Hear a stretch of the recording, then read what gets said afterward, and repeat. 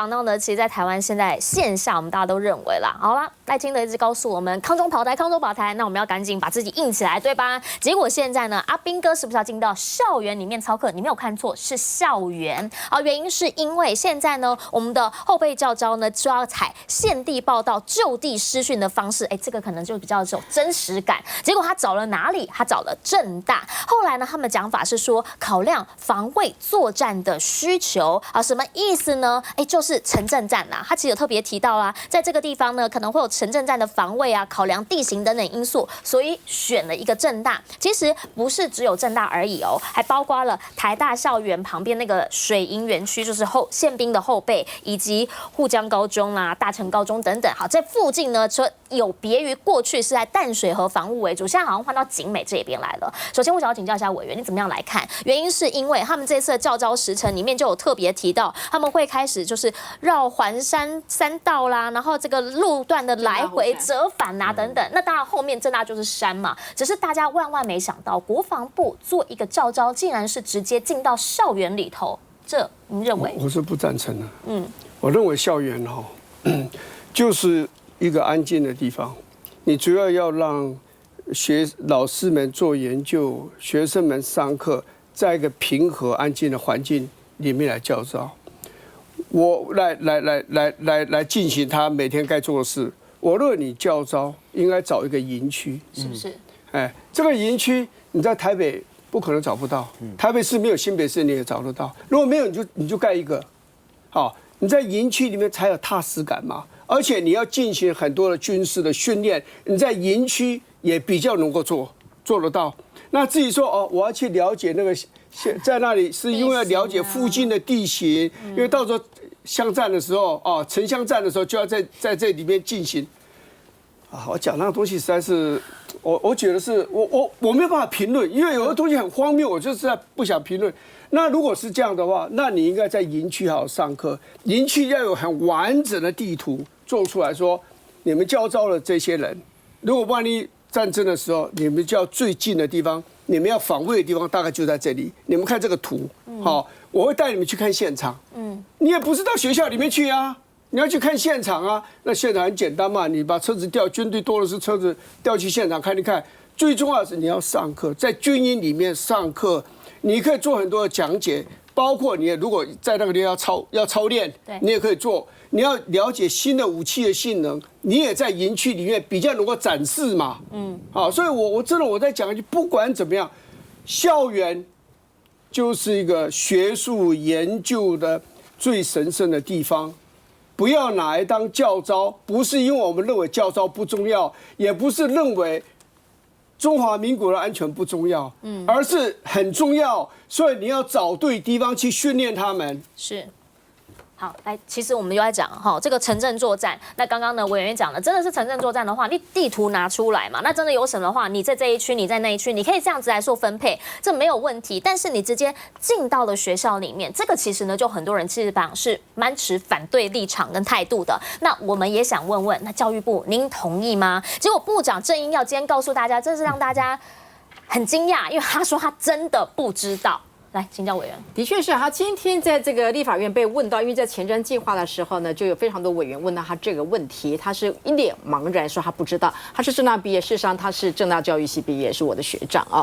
但是呢，我们对于政大的地形非常的清楚。那一个教育部长对于国防部要派这个做教召到一个自己的校园当中，教育部却完全没有掌握，我觉得这点是有点离谱的。所以大家就问他嘛，你之前是中山大学的校长，如果你今天教召放你中山大学校长，你这个校长同不同意？你就回答这个问题而已嘛。而且你看，现在已经有穿迷彩装的这样的这个士官，已经在政大的这个图书馆跟校园里面走动，来看看这个所谓的动线啊。学生看就觉得现在是发生什么事情？任何东西你只要进到校园里面当中的话，会引起非常多不同的一个联想。这是为什么我们目前校园任何人，即使学生犯罪，你也必须要经过学校的同意，你才可以让这些人进到，即使你已经是事实已经确定了。所以校校园是一个大家认为应该完全把它 block out， 就是一个纯粹学术的部分里面。所以你很显然，目前为止教育部长没有掌握的状况，国防部也对这件事情他也没有说出个所以然，所以大家就说现在是国防部跟教育部不断的在推皮球，那到底这是谁做的决议？而且台湾虽然很小，我就像林玉芳委员说的，我就不相信。只有政大，只有校园，只有学校才有办法，没有任何地方可以做这样的一个事情吗？而且你不知道，像目前两岸关系非常的一个低落，每个人都说台湾最危险，那你却把一个这样子一个教招已经要比过去次数更多，学生已经从4个月变成1年，大家已经觉得学生可能要上战场，那你突然之间又在校园里面做这样的事情，你是唯恐天下不乱吗？你是唯恐学生的家长不会觉得很多事情要发生吗？然后最重要的是，教育部完全没有掌握，国防部已经要用到我们的校园来当做他们的教招的这个基地，你不觉得这整个的那个所有的人都完全在状况外吗？我觉得这个才是让我们在这件事情里面感到最惊恐的地方了。我不知道这边现在兵源很缺，所以进到校园里面看能不能顺便吸引一些年轻学子进来。我不知道他到底为什么会讲到要学校，那派帅一点的，对不对？好，原因，然后还再来进到大学里面，不是只有大学，现在我看到的是还有高中，而且呢，通通都是在景美文山这一带，说锁定的就是景美溪流域。来，龙林岛户进来。这是我们的选区哦。对其实刚才我们看到的是右边的时程，我给大家看一下左边的。你看，它是一个政大研创中心的公告，它里面有提到，就是说，在不影响进驻办公同仁的状况，来，我们后面再侧一点点，在不影响进驻同仁办公的这个状况底下，那会去做这样的一个部分。所以我觉得很奇怪的是，你看参与教招人员的活动范围在本大楼，还有其他地方，还有文山未来馆，在不影响进驻同仁办公的情况下，会做私讯的这样的一个部分。那刚玉芳委员也提到，我们文山区不是没有营区。其实我们有一个辛亥营区，在辛亥路4段，那个地方正要增编一个营，原本要拆掉做公宅，后来现在增编做一个营。前几天我们还在为了它前面这个路要不要封路，我们还特别问国防部说，如果我们把这个 block 起来的话，那会不会影响国安的这样的一个情况？然后要求他们去做一个评估，然后再回应我们。那如果我们有一个营区，还有文山区新荣路有海巡的这个部分，它也是沿着山边的，它也是一个完全封闭性的这个部分。那你都不用，那你要用这个部分，我觉得从这个公告里面看2个端倪。第一个端倪是你想想看，他用的是研创大楼的公告，这表示什么？这表示政大其实应该是教育部要求政大要借。但是政大不想要公开这件事情，所以只用一个研创大楼的公告，希望说我能够最低调的进行。结果呢，其实几天前我们就已经接到研创中心里面的人开始做所谓的这个澄清了，我们也在做反应。研创中心不就也是政大的一部分吗？它也是政大的，但是理论上应该是政大来公告啊。没有，就是说我政大学务处来公告，就说因为国家安全、国防需要，所以我们将会在几月几号把研创大楼借给教招使用，请各位学生注意相关事项。我们这个教育单位这样子，理论上应该这样，而不是部长今天公开说政大可以 say no。教育部长说政大可以 say no， 所以变成我们教育我们的大学的校长要承担这个角色，而不是只在一个大楼里面做这样的一个宣布。我觉得这一点是政大自己也没有处理好，但政大在处理这件事情上面有没有教育部的这些指示，我相信是一定有的。因为坦白讲，这是首度教招去使用所谓的这个校园的部分，而且从这个上面的这个资料看起来是在有办公情况下。对啊，我不知道他们想要模拟的情境是什么，就是说一定有民间、有学生，然后有这些部分。很真实哈，对，就很真实的这样的一个状况。那为什么会后来你自己想想看，为什么选政大？很简单，因为他还要运军界，他还要运这些部分。我觉得他想的很好，就是说啊，反正政大在整个文山区、台北市的最边边，又靠近山边，不影响大家。否则很多政大校友真的是很反对这件事情否则很多军车出入，你想想看，如果在我们辛亥路4段这边去做这样的部分，那民众一看马上就知道说，哎呦，这里到底发生什么事了，会引起最大的这个部分。所以我觉得国防部在挑这个地方的时候，我能够理解你想要把这件事情做到所谓最不影响民众，但是你的处理方式，我觉得实在是太差。政大的处理方式也不好，因为既然已经会有教招的所谓的这些，包括很多的军人都会进来的时候，你就应该要发一个全校的 email 跟大家宣布说，这段时间我们把这栋大楼借给这个，就开大门走大路。既然国家有这样的需要，为什么不开大门走大路，而是用这所谓躲躲藏藏的部分，或者是说，就像我们所提到，你用辛亥营区、用海巡也都可以，但是既然你选择了校园，那就讲白了，开大门走大路，好好的跟学生讲，好好的跟家长宣布，那这样子大家也都有一个心理准备，不是不好吗？好，来，其实身为政大校友，感觉就是什么？你以为学生都不会有手机吗？现在每个人手机都可以录影，你以为每个人都不会上 Dcard？PTT 可能现在比较用的人比较少嘛？你以为大家都不会知道吗？好，即便是这样，能他顾毛旁啦。那现在弄出来了，结果一个教育部长说我不知道，不会啊，你可以说不。那现在怎么样呢？谁要来承担这一切？那这个事情还做吗？又或者后续除了政大之外，除了这些高中之外，还有第二、第三吗？已经做了，是不是？今天就进驻了，对吧？还有第二、第三吗？我们想问的就是这么一件事。先进广告。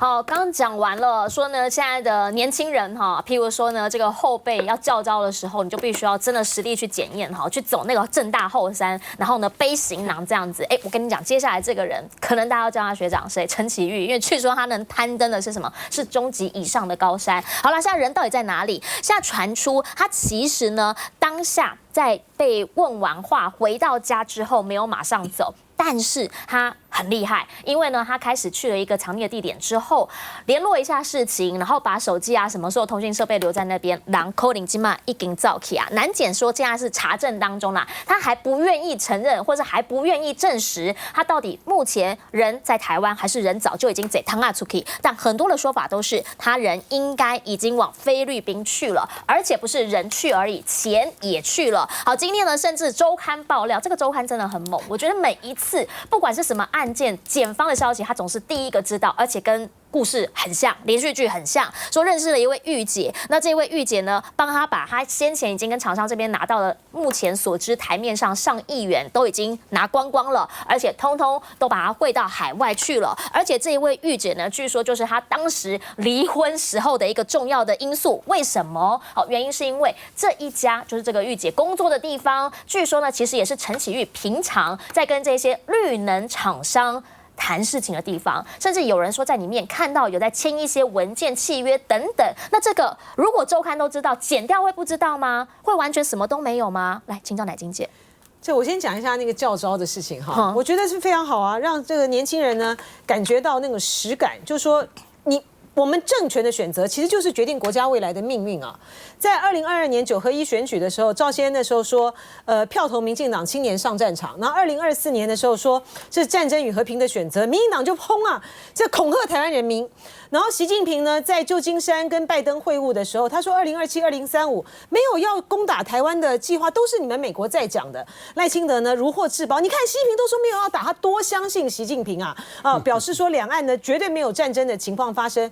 但是如果不是因为我们的相关的单位感觉到的那种情况的危机感和急迫感，有什么理由要选择政大来举行这样的教招？而且第二个荒唐的地方呢，在于是说，你进入大学校园办这个教招，这是何其重大的一件事情，国防部很没有 sense 吗？办理教招的人很没有感觉吗？这个是脚趾头都可以有反应的，这么重大的事情不跟教育部讨论吗？我们教育部呢一问三不知，教育部长呢完全像是个局外人一样。还很荒唐的是，报纸媒体已经登了这么大了，他今天竟然还在立法院呢一问三不知，这实在是怠忽职守至极啊！这样子的一个团队，你怎么能够让大家相信我们在应对非常有可能呢，好像旦夕之间呢就会有危机发生的国家的面临的这种状况，我们要靠这样的决策单位来行事吗？真的是非常非常的离谱，非常的荒唐啊！陈其钰这件事情啊，他这里面呢，周刊的报道当然就非常的活色生香了哈，把这位小姐的角色，她说她的花名是 Tina 嘛哈，就说在她的婚姻关系里面呢，又扮演多重要的角色，甚至于导致她婚变啦。然后呢，陈其钰呢进出酒家频繁，而且在里面呢，显然还在谈事情啊，还当了什么账册啊等等，然后借着他的手呢，汇出海外，显然也是一个有情有义的，也是有情有义，而且非常能干的一位小姐了哈。是。但是这不是重点呐，对啊，就这个跟这个案子的重点没关联嘛哈。你今天呢检调呢，就算是约谈了这位这个酒店小姐，顶多也是在掌握一下她的贪污所得的金钱流向罢了嘛。最重要的对，还是刚才这个叶颖讲啊，狼可以都好，我们的法务部部长不是在立法院信誓旦旦的说哦有掌握，我们对他的行踪呢充分掌握，那就把人给抓回来啊。赖清德不是还以民进党党主席的身份，在民进党中常会里面对他这个大义凛然的说：“回来吧，回来投案。”这简直开玩笑嘛！你是不是应该要立下军令状？对于这样子的一个重大的伤害民进党的贪污的案件，你是不是应该要给检调单位呢很强大的压力？你人呢现在呢逮不回来。你起码不会这样子一问三不知，到哪了都不知道。你总要查清楚他的流向啊，否则这样的话，你怎么跟大家交代呢？好，而且菲律宾跟我们有司法互助，如果他真的去菲律宾的话，那好啊，那赶快去找啊，人在哪里，把他弄回来，对吧？而且呢，现在也传出了，检方说有啊，你们讲这些我都知道啊，我们都会查证，但然后呢，就没有然后啦，因为人就真的不见啦。结果后来呢，也被发现，卓荣泰呢也开始喊话，赶紧回来吧，敢做敢当，才不枉费国人过去的支持，他觉得非常痛心，但。也就是嘴巴上面讲啊，能有什么实际的作为？来，请教委员。我觉得罕见的是赖总统跟卓院长，你们一直在喊话，那为什么让他走？那我也搞不清楚。你们现在不是讲他还在国内吗？但是我接到一通电话，很事实证明一件事，他已经到菲律宾。你接到的电话是来自于民间友人吗？还是民间友人？啊，确实到菲律宾。有人看到一吗？已经有人看到就对了。啊，绝对不是 Tina， 绝对不是 Tina。可能是但是他们就告诉我说，他根本就在菲律宾，为什么政府还在讲说在国内？所以大家都有看到，大家都有看到检调犯不到。对，如果在国内。那如果你抓不到，那这个笑掉大牙了。所以我是觉得哈，我们现在尤其啊，我感觉到司法的侦办比在侦办啊是无半步啊，政治侦防啊，那是滚啊半步。所以我是觉得啦，我们的蓝检跟我们的蓝验，请问你们这些人为什么跑掉？到现在，我觉得赖总统跟卓院长，你要去追究这些啊，是你们蓄意放走，或者他刻意走，这个要把它搞清楚。所以起码台湾人民在看啊，奇怪啊，会当这跑道成功的啊，拢理力民进党啊，这是什么原因？所以啊，我是觉得啦我是觉得我们的司法要加强，我们法院也要加强。该侦办的，你们就很认真去侦办。你明明知道这个事情这么严重，那为什么让他跑掉？啊，跑掉的啊，通通都是民进党。难道说拿了党证跑得比较方便吗？所以我是觉得啦我是觉得赖总统跟卓院长在那边呼吁了老半天啊，你讲在国内你得给抓嘛，啊，在菲律宾有那个司法互助嘛，你就赶快追嘛。你在那边呼吁，那只不是在告诉台湾人民，你们在执政，你们是蓄意或无意去纵放他们吗？所以我是觉得，咱讲起来，台湾人民看在心肝来，痛在心里啦。好，委婉无啦，因为赖总统也跟你讲那是已退党的民进党党员已退党的，基本上不是民进党啊。但是我想问问高雄这边有没有什么风声呢？因为大家都在讲啊，其实大家在地的很多人都知道这些事情啊。对，但是一般来说，因为陈启玉他的前妻也是我们高雄一位政治的文人嘛，当过这些我们民意代表，所以大家认为说他是有合法性的，在前1年的时候跟他的这个政治人物的妻子啊，就是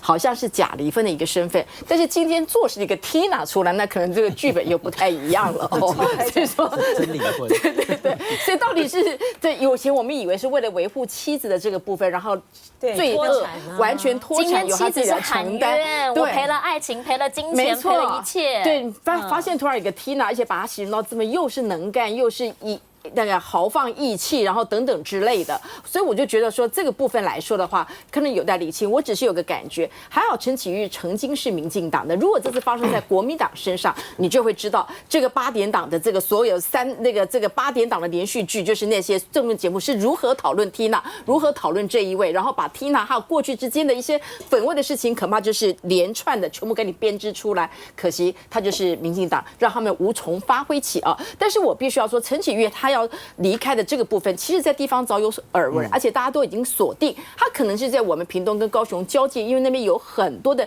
溪流是海巡不会用到的，否则你怎么看得到？那个当初就有2个部分嘛，我们的林口的这个已经大陆的人就已经直接舢板就可以过来，而且还是被渔民发现的。另外更不要说我们淡水口了，根本就是已经亲门到户到这边才被我们发现。那这些人都可以透过不同的破口达到我们这个地方来。请问陈启玉要从我们这个海线出去很困难吗？更何况大家已经提到的，他又是把这个百越我是没有办法了，百尺我大概可以吧。